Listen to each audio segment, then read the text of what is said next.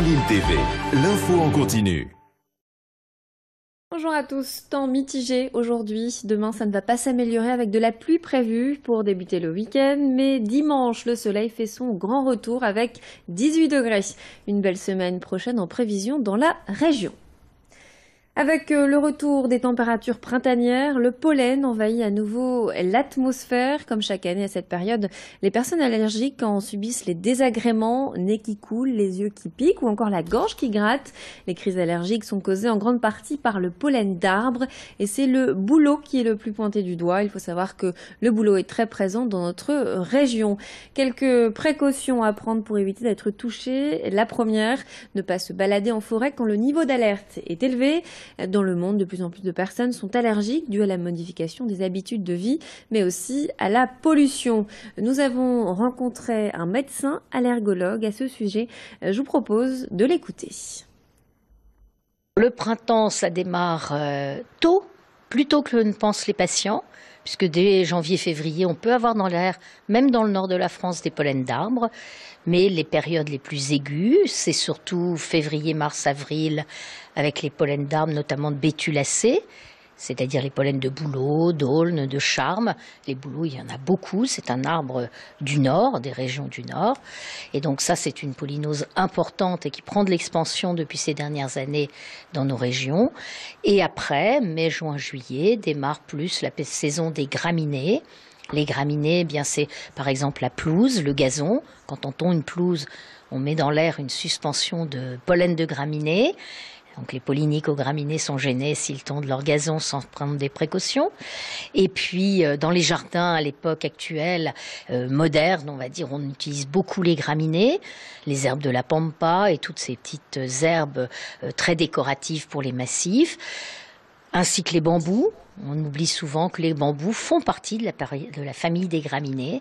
Et donc tous ces pollens peuvent poser des problèmes pour les patients. Le député insoumis François Ruffin appelle à faire la fête à Macron le 5 mai prochain. Il appelle le peuple à se rendre à Paris pour, je cite, un grand débordement. Jean-Luc Mélenchon, le leader de la France insoumise, a annoncé également l'organisation d'une marche anti-Macron demain à Marseille. À Lille, les militants comptent bien suivre le mouvement. Ce matin, nous avons reçu sur notre plateau Hugo Bernalicis, le député France insoumise de la 2e circonscription dans le Nord. Il revient sur les raisons de la mobilisation. Il y a des choses qui se passent tous les jours. Ça, c'est extraordinaire. Et surtout, tout le monde a des revendications qui sont en partie d'intérêt général. C'est ça qui est important. Les cheminots ne luttent pas juste pour le rail, ils luttent aussi pour une vision des services publics et donc de la République. Une vision de l'intérêt général. On ne peut pas parler de la COP 21, par exemple, et après vous expliquer qu'on va fermer des lignes de train et qu'il faudra prendre la bagnole. C'est pas possible.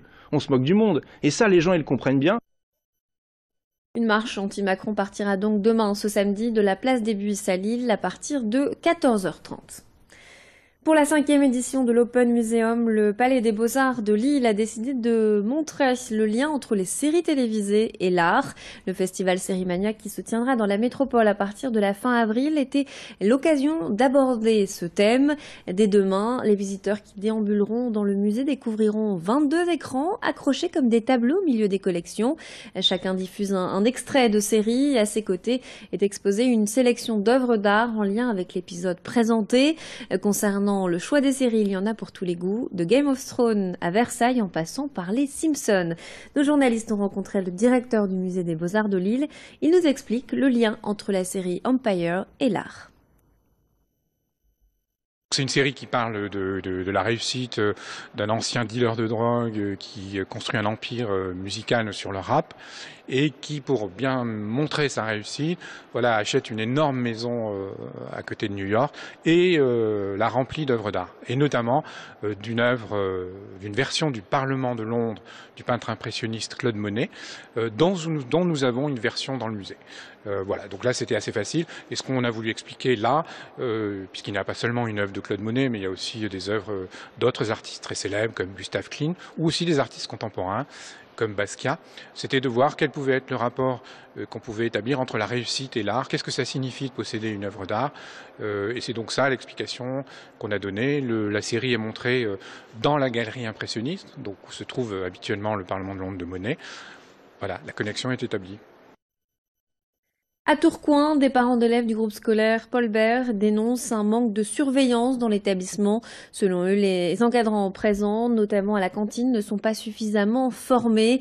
Des bagarres éclateraient régulièrement entre les élèves par manque de vigilance des encadrants qui, d'après les parents, insulteraient même ces enfants.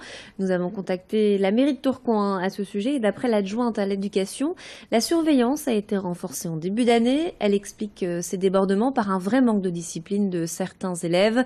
Par ailleurs, elle rappelle que les encadrants de cantine n'ont pas l'obligation de détenir le BAFA, comme le réclament les parents. Idil Gunay a rencontré la présidente de l'association Ensemble pour Paul Bert. Qu'est-ce qu'on réclame?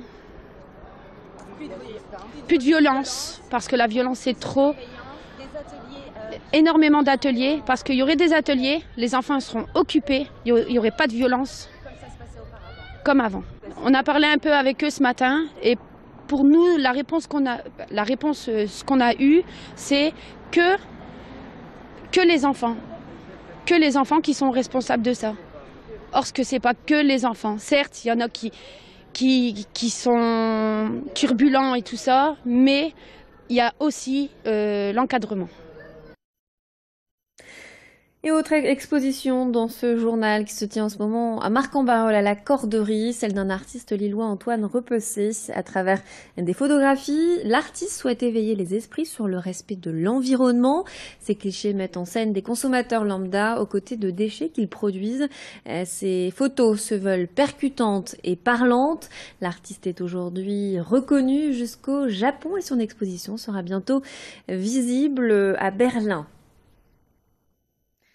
Voilà, c'est la fin de notre édition. Tout de suite, un point sur votre météo et nous, on se retrouve au prochain quart d'heure. Restez avec nous.